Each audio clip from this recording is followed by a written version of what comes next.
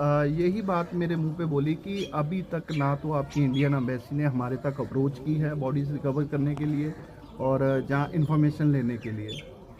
तो मैं हैरान हो गया कि चलिए सर आप डीएनए कीजिए, तो डीएनए जैसे ही तो हुआ तो डीएनए तो पहले भी भारत सरकार द्वारा करवाए गए थे जब दिल्ली में डीएनए हुए हैं, तो वो डीएनए रिपोर्ट क्या वहाँ पहुँची नहीं थी? अब भारत से वो जो डीएनए हुए थे वो इंडिया से होके वहाँ रिपोर्ट जानी थी एम्बेसी के पास। एम्बेसी के पास तो पहुँच गई, एम्बेसी ने आगे नहीं दी किसी को भी, वो उनके पास ही पड़ी है। इंडियन एम्बेसी मॉस्को है जो जहाँ भी मैं गया, जहाँ मॉस्को के लगा लीजिए इस अक्टूबर में 2025 में मैं गया हूँ, जहाँ फिर मैं सेंट पीटर में वर्क में गया हूँ। सोशल सेंटर जितने भी उनके सोशल सेंटरों पे बात की है, उन्होंने सबने यही कहा है कि आपकी एम्बेसी ने हमारे तक अप्रोच नहीं की या उनके बारे में कोई जानकारी निकालने की कोशिश नहीं की है।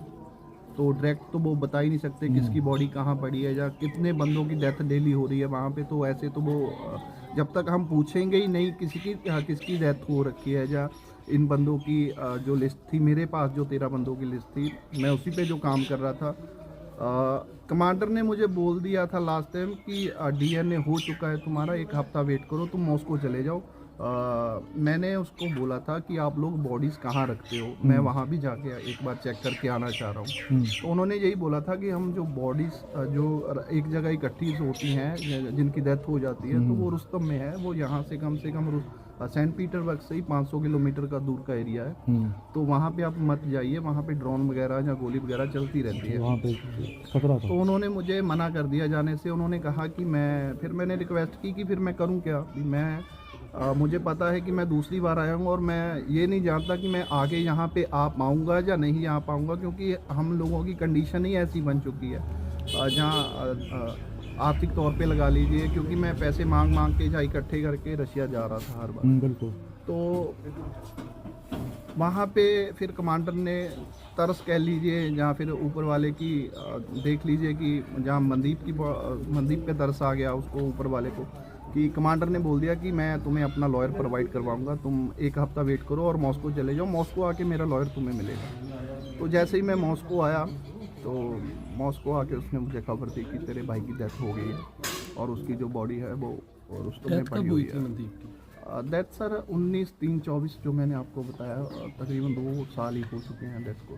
तो वो अभी आपकी लास्ट जो बात हुई है वो कितनी तारीख को हुई थी उनसे? 3 मार्च 2024 को हुई थी सर हमारी लास्ट बात। उसमें भी अच्छा, उसने- अर्मेनिया से ये 5 लोग गए थे रशिया, जी जी। तो उसमें से आपका कोई रिश्तेदार भी था, एक हरियाणा का भी था और 2 हाँ, आपके गांव के भी थे। उसमें से 4 लोग वापस आ गए थे और ये वहाँ पे रुक गया था क्योंकि इसके पास थोड़ा सा वीज़ा भी था और इसके पास जब ऑलरेडी हम एजेंटों से बातचीत कर रहे थे लगातार उस टाइम, उन्होंने बोला था कि 4 बंदों के हम जो वापस आ गए उनके पैसे वापस कर देंगे, जो ये लड़का है इसको हम काम दिलवा देंगे वहीं पे, जहाँ फिर थोड़ा टाइम रुक के हम आगे निकाल लेकिन देंगे। कैसे देखते हैं कि ये मनदीप हैंडीकैप था, उसके बाद भी उसे रशियन आर्मी में भर्ती किया गया? ये बातें तो मैं अपनी मिनिस्ट्री को या अपनी इंडियन एम्बेसी को बार बार बोलता रहा हूँ, टाइम पे उनको मेल्स भी करता रहा हूँ, जब मैं अपनी स्टेट गवर्नमेंट को भी बोलता रहा हूँ, आप कम से कम हमारी इंडियन अथॉरिटी को कम से कम एक लेटर लिख के ही जवाब मांग लीजिए उनसे कि जहाँ उनको वहाँ से रिकवर करने के लिए बोला जाए।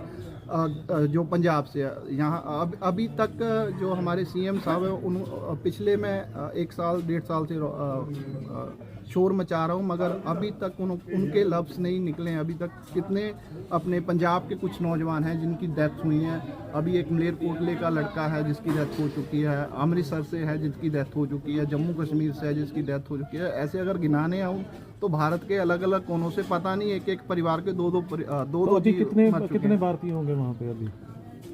सर जो तकरीबन जो मुझे पता चला था 800 से 900 अभी भी वहाँ पे लोग फंसे हुए हैं। अच्छा जगदीप, बात की जाए तो अब आपके भाई का शव जो घर आ चुका है, लेकिन आपकी तरफ से कहा जा रहा है कि संस्कार नहीं अभी किया जाएगा, कारण क्या है? क्या कोई डिमांड है क्या? सर अभी जो मैंने बोला कि पहले भी ना तो पुलिस प्रशासन की ओर से अभी तक कोई कार्रवाई की गई है एजेंटों के ऊपर। मैं बार बार टाइम पे इनको मेल डालता रहा हूँ या फ़ोन करके खुद भी पूछता रहा हूँ। 4 एसएसपी हमारे जलंधर जिला के बदल चुके हैं, 8 एसएचओ बदल चुके हैं, 3 एएसआई बदल चुके हैं, मगर कार्रवाई की खड़ी है। ना तो उनको कल पकड़ा गया था, ना उनको आज लेकिन पकड़ा एक गया। जो मेन एजेंट था अंकित डोंकर, उसे तो अमृतसर पुलिस ने पकड़ लिया था। और उसको इस केस में नहीं ना पकड़ा, उसको किडनैपिंग के केस में पकड़ा था। ये तो अभी वहाँ से शिफ्ट करके जनवरी से ये प्रोटेक्शन वारंट पे यहाँ लाना चाह रहे हैं। वो प्रोटेक्शन वारंट ही पता नहीं इनको मिलना है, 1 साल से ऊपर का टाइम हो तो चुका है। संस्कार कब किया जाएगा?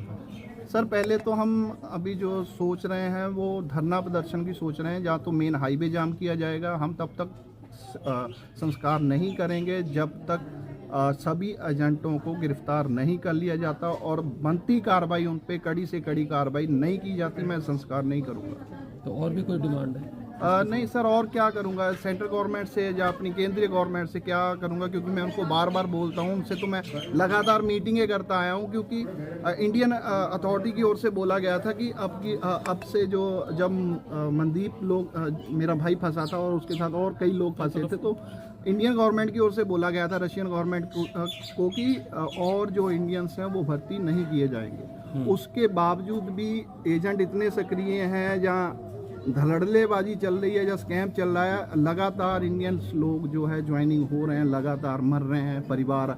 अभी भी 33-34 केस हैं जो मिसिंग है, सबके कॉल आ रहे हैं। अभी मेरे को खुद को ही नहीं पता आगे क्या करना है, तो मैं उन परिवारों की क्या हेल्प करूँगा। तो अभी राजा बड़िंग आ रहे हैं यहाँ पर? हाँ जी, उन्होंने बोला है कि आधे पौने घंटे में आने वाले हैं। संत सीचेवाल जी भी आने वाले हैं, क्योंकि इन लोगों ने मेरी बहुत ज़्यादा हेल्प की है। और जलंधर से प्रगट सिंह जी हैं जिन्होंने मेरी काफ़ी आर्थिक तौर पे भी हेल्प की है। उसके अलावा जो अगर मैं कहूँ किसी ने मेरी हेल्प की है तो नहीं। ठीक। मेरा नाम देव है, मैं नजफगढ़ दिल्ली से रहने वाला हूँ।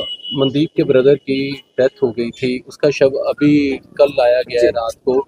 तो आप भी रशिया रहकर आए हो, फ्रंटलाइन बॉर्डर पे रहे हो जी। तो कैसे देखते वहाँ के हालात को लेकर, क्या कहना चाहिए? हालात वहाँ बहुत ज़्यादा ख़राब हैं, जैसा कि सभी लोग जानते हैं। वॉर में तो मरना मारना ही लगा रहता है, रॉकेट, ड्रोन्स, गोलियां, ये सब लगा रहता है। और बात करें कि मेडिकल की, तो वॉर में मेडिकल नहीं मिलता है। बट जब मैं इंजर्ड हुआ था तो मेरे को जब बेसमेंट में एक हॉस्पिटल में रखा गया था, तो रशियंस लोगों ने अच्छी सेवा करी थी। बट नहीं है, अगर बात करें कि हम हॉस्पिटल वाली, तो नहीं है, वो चीज़ें नहीं है, क्योंकि वहाँ वॉर है। तो हालात उस हिसाब से देखें, एक नॉर्मल आदमी के लिए तो बहुत ख़राब है। सोल्जर्स को उस चीज़ की ट्रेनिंग होती है तो उनको आदत है उस चीज़ की, बट हम जब नॉर्मल आदमी हैं, हमारे लिए वो बहुत डिफ़िकल्ट चीज़ें हैं। कितने भारतीय लोग वहाँ पर भर्ती किए गए जिन्हें फ्रंटलाइन बॉर्डर पर भेजा गया? जिस टाइम 2024 जुलाई में मैं गया था, तो मेरे साथ 18 लड़के थे इंडियन, जो सभी गए थे, जिसमें से 13 लड़के उसी शहर में थे जिसमें मैं लड़ रहा था। बट कांटेक्ट में कोई किसी के नहीं था। तो ऐसे करके कुछ 40 लड़के मेरे से पहले थे, जिसमें मनदीप जी भी थे, जिनकी डेथ हो चुकी है। और मेरे बाद भी कुछ 1-2 बैच आए हैं। तो जो मेरी नॉलेज में करीब 100 के आसपास या 120 के आसपास लड़के थे इंडियन, जिन्होंने 4-5 महीने सर्व किया, और फिर उनको हिंदुस्तान गवर्नमेंट ने, जो जिंदा थे, जो ठीक थे। तो अभी कोई आंकड़ा है आपके पास कि कितने लोग वहाँ रशिया में 2025 भारतीय फंसे हुए? जी, 2025 का अगर आंकड़े की बात करूं, जो मेरी नॉलेज में है, 202 लड़के 2025 में ज्वाइन किए हैं, जो कि रशियन गवर्नमेंट बोलती है कि हम इंडियंस को नहीं ले रहे हैं। मॉस्को और सेंट पीटरबर्ग में खुद अभी 2025 में मैंने उनसे बात की कि मैं एक बार लड़ चुका हूं, मुझे दोबारा ज्वाइन करना, तो उन्होंने हाथ जोड़ लिया कि इंडियन नहीं। बट ये कैसे हो रहे हैं, ये किसी ना किसी एजेंट के थ्रू किए जा रहे हैं।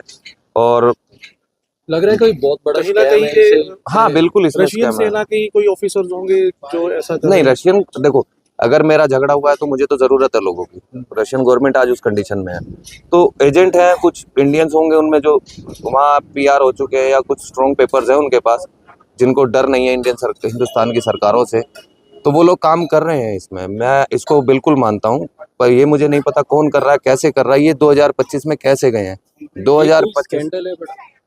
बिल्कुल हो सकता है, बिल्कुल हो सकता है इसमें। लेकिन अगर मनदीप हैंडीकैप था, क्या हैंडीकैप भी ऐसे ही वो कर लेते थे? जी बिल्कुल, मैंने एक कल भी मीडिया में एक बात कही थी। एक रशियन बंदा था मेरे साथ, मेरे एक बैच में, जब मैं आगे गया था, एक्सट्रीम फ्रंट पे था, 1 महीने के बाद एक रशियन बंदा मेरे बैच में आया, जिसको स्पाइनल में प्रॉब्लम थी, बिना स्टिक के वो खड़ा भी नहीं हो पा रहा था, बट वो एक्सट्रीम फ्रंट पे था। तो हैंडीकैप्ट होना थोड़ा बहुत अलग चीज़ है, बट जो स्पाइनल में ही प्रॉब्लम है, वो खड़ा ही नहीं हो पा रहा उस आदमी को भी, और रशियन है वो।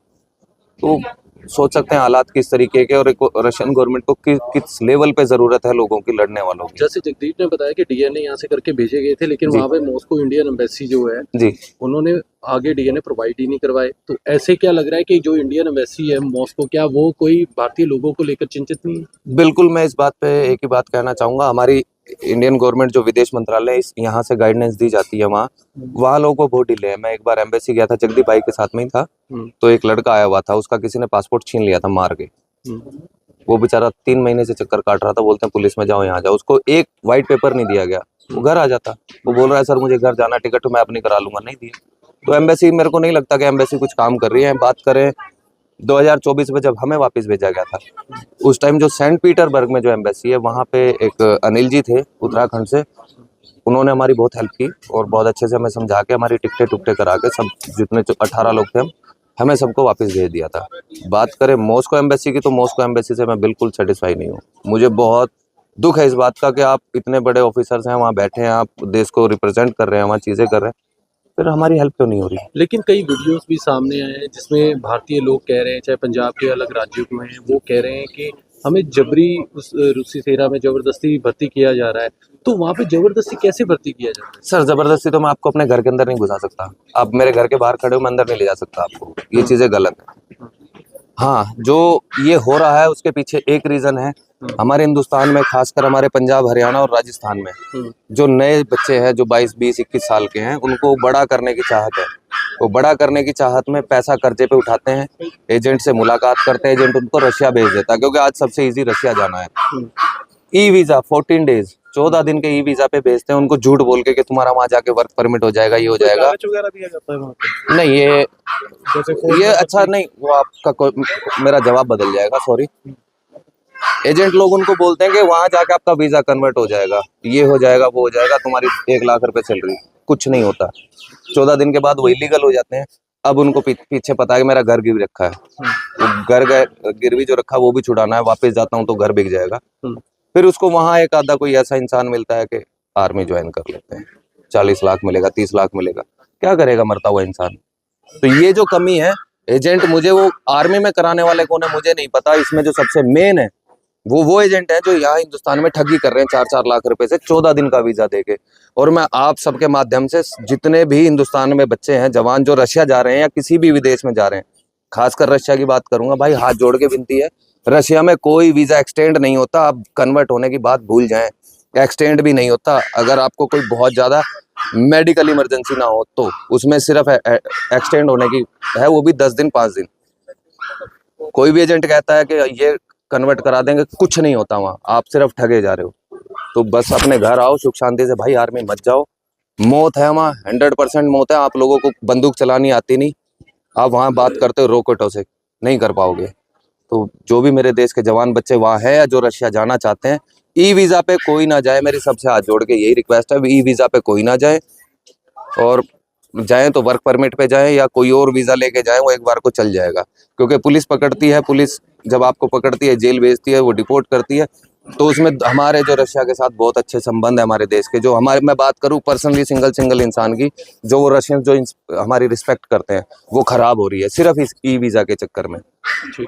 तो बस आप लोगों के माध्यम से यही कहना चाहूँगा सबको, आपका बड़ा धन्यवाद है।